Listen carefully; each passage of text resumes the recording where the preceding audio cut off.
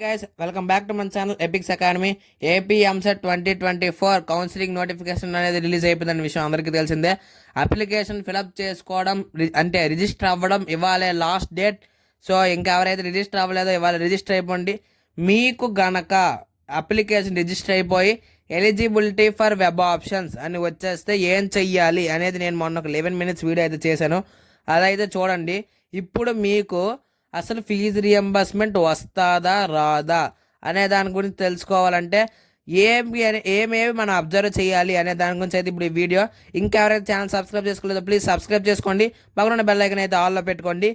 ఇంకా మనం వీడియోకి అయితే వెళ్ళిపోతే వీడియోలోకి అయితే వెళ్ళిపోదాం.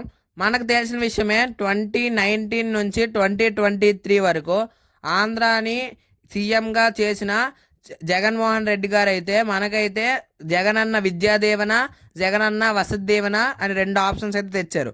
అలాగే ఇప్పుడు ఆ పేర్లు అయితే మారి post matric scholarship RTF and post matric scholarship ఎంటీఎఫ్గా మారిన విషయం మన అందరికీ తెలిసిందే. ఆర్టీఎఫ్ అంటే కాలేజ్ ఫీజు, ఎంటీఎఫ్ అంటే మనకైతే hostel fee.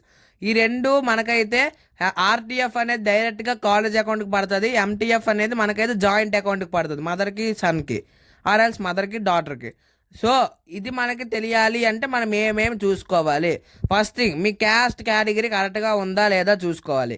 Caste category OC BCA category వాళ్ళకి ఓసీ పడిపోయినా లేదంటే ఇంకా డిఫరెంట్ కేటగిరీస్లో పడి మీరు రైస్ కార్డు అడుగుతారు మీ కాలేజ్లో.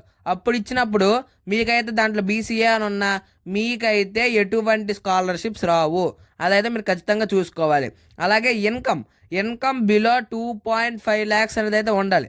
అలా లేకపోయినా నాట్ అప్లికేబుల్ అని పడినా, అబౌవ్ 2.5 lakhs అని ఉన్నా, ఎన్ఏ అని పడినా, ఈ విషయాల్లో ఏవి పడినా మీకైతే ఫీజు రియంబర్స్మెంట్ రాదు. ఫీజు రియంబర్స్మెంట్ అంటే బోత్ ఆర్టీఎఫ్ ఎంటీఎఫ్ ఏది రాదు. అలాగే మీరు ఒకవేళ ఓసీ కేటగిరీ అయితే ఈడబ్ల్యూఎస్ ఎస్ అని ఉండాలి. నో అని ఉంటే మీకైతే ఎంటీఎఫ్ పడదు. అంటే మీకేంటి అంటే హాస్టల్ ఫీజు అనేది పడదు. అలాగే మీరు ఒక Christian or Muslim minority category అయితే మీ మైనారిటీ పక్కన ఎస్ అని ఉండాలి. ఇవైతే మీరు ఖచ్చితంగా చూసుకోవాలి. అలాగే జాగ్రత్త పడాల్సింది ఈ 4 టాపిక్స్. అండ్ మీకు ఇప్పుడు డౌట్ రావచ్చు, మాకు వీటిలో తప్పులు ఉన్నాయి, మేము ఏం చెయ్యాలి. ఇంకా మనకైతే 3 days టైం ఉన్నది వెరిఫికేషన్ కోసం. కాబట్టి మీ దగ్గరలో ఉన్న హెల్ప్ లైన్ సెంటర్, మీరు ఏ హెల్ప్ లైన్ సెంటర్ ఇచ్చుకున్నారో దానికి వెళ్ళి మీ సర్టిఫికేట్స్ చూపించి మాకైతే తప్పు పడింది అని రిపోర్ట్ ఇవ్వండి. అప్పుడు వాళ్ళు మారుస్తారు. మీ దగ్గర క్యాస్ట్ సర్టిఫికేట్ లేదంటే రైస్ కార్డ్ చూపించినా మీకైతే క్యాస్ట్ సర్టిఫికేట్ కింద వ్యాలిడిటీ చేస్తారు. ఎందుకంటే rice card BPL below poverty లైన్లో ఉన్న వాళ్ళకి మాత్రమే రైస్ కార్డ్ అనేది ఇచ్చారు.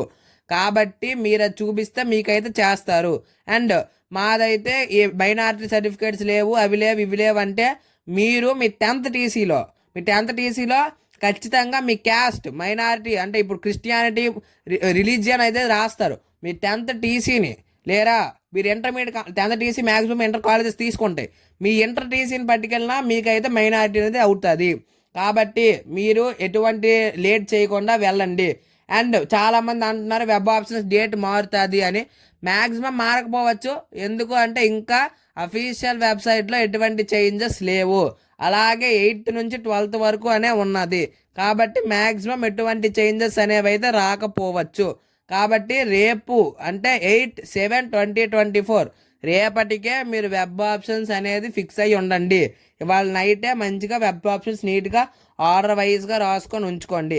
ఇంకా ఎవరైతే ఛానల్ సబ్స్క్రైబ్ చేసుకోలేదు ప్లీజ్ సబ్స్క్రైబ్ చేసుకుని పక్కన బెల్ ఐకాన్ ఆల్లో పెట్టుకొని షేర్ చేయండి. చాలామంది చూసి వెళ్ళిపోతున్నారు బట్ షేర్ అయితే చేయట్లేదు.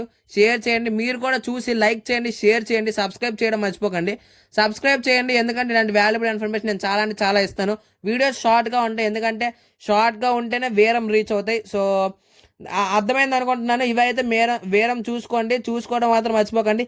రీజియన్ మీరు ఏ రీజియన్, ఏయూ రీజియనా ఎస్వియు రీజియన్ బాగా చూడండి.